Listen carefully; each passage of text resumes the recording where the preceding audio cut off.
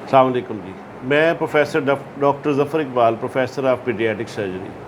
हमारा जो आज का टॉपिक है वो बहुत ही इम्पॉर्टेंट है। वो है बच्चों में कमर का फोड़ा और सर का पानी।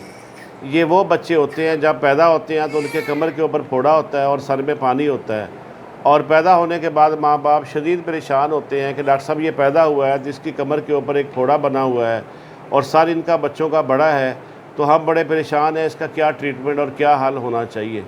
तो ये जो पैथोलॉजी है बेसिकली ये काफ़ी कॉमन है हमारे जनूबी पंजाब के इलाके में ख़ास तौर पे, और अपर सिंध से भी बहुत ज़्यादा पेशेंट्स इस चीज़ के आते हैं। ये वो बच्चे होते हैं जब पैदा होते हैं तो कमर के इन पे एक स्वेलिंग है, फोड़ा है, जिसको आम लोग फोड़ा कहते हैं, हम उसको मेनिंगोमाइलोसील या स्पाइना बाइफिडा अकल्टा या स्पाइना बाइफिडा एपर्टा कहते हैं।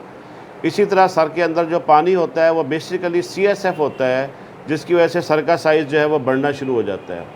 अब ये वो बच्चे हैं जब इनमें सर में पानी हो, कमर पे फोड़ा हो, तो फोड़े की वजह से बाकी चीज़ें भी साथ आ जाती हैं। आम तौर पे जहाँ पे फोड़ा होता है उससे निचला हिस्सा जो है इनका सुन्न होता है, तो उसकी वजह से बच्चे की टांगों की हरकत जो है या बिल्कुल नहीं होती या कम हो सकती है।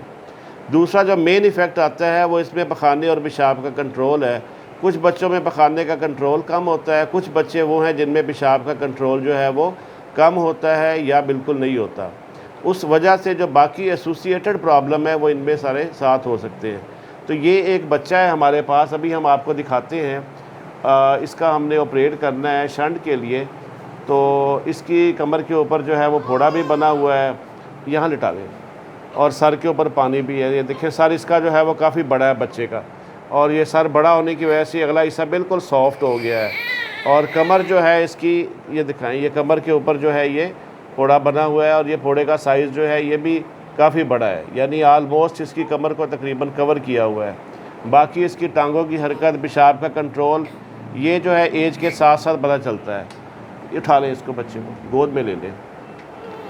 अच्छा, ये जो बच्चे हैं इसके बारे में अक्सर माँ बाप जो है वो सवाल करते हैं कि डॉक्टर साहब अब ये बच्चे का क्या हाल है, इसका क्या ट्रीटमेंट करेंगे।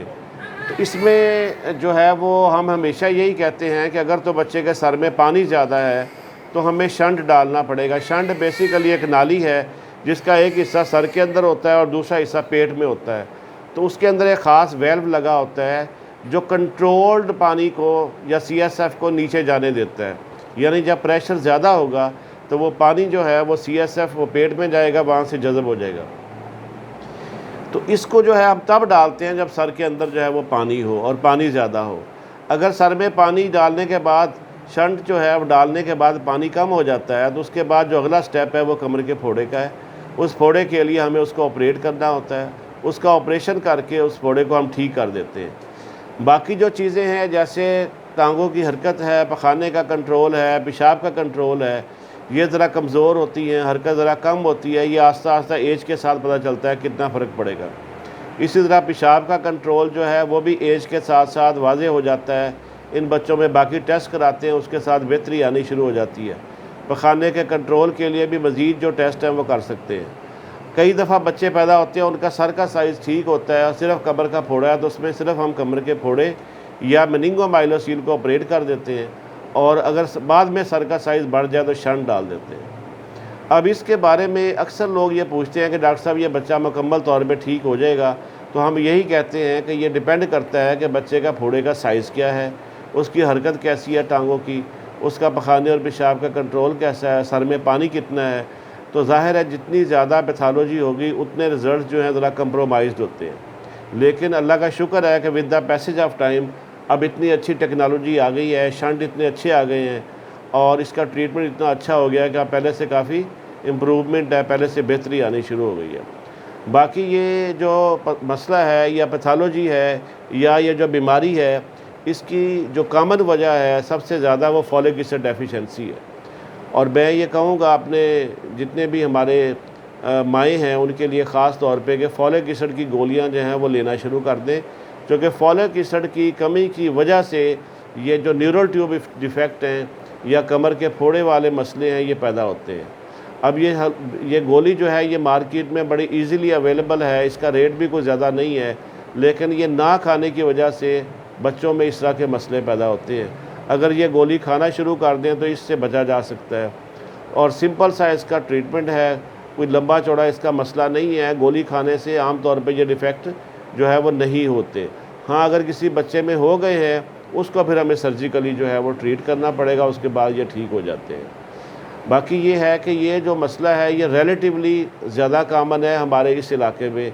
वो इलाके जो पुअर एरियाज़ हैं, जहाँ पे सैनिटेशन का मसला है, जहाँ के फूड के प्रॉब्लम है और जहाँ फॉलिक एसिड के बारे में अवेयरनेस नहीं है, वहाँ पे ये इशू ज़्यादा कामन है। इसलिए हमारे इस एरिया में ये जो पैथोलॉजी है, मेनिंगोमाइलोसिल, हाइड्रोकेफलस, ये काफ़ी कामन पाया जाता है।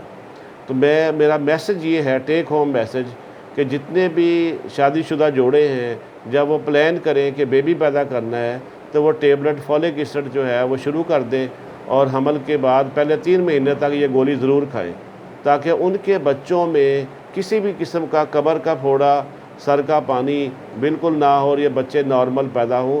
क्योंकि इसका ट्रीटमेंट जो है वो है तो सही, लेकिन लंबा और थोड़ा मुश्किल ट्रीटमेंट है। तो अल्लाह खैर करे। होपफुली इस मैसेज के बाद हमारे जितने भी सुनने वाले हैं वो लेंगे ये गोली, और आइंदा इंशाअल्लाह इसकी जो इंसिडेंस है ये कम होना शुरू हो जाएगा। Thank you very much.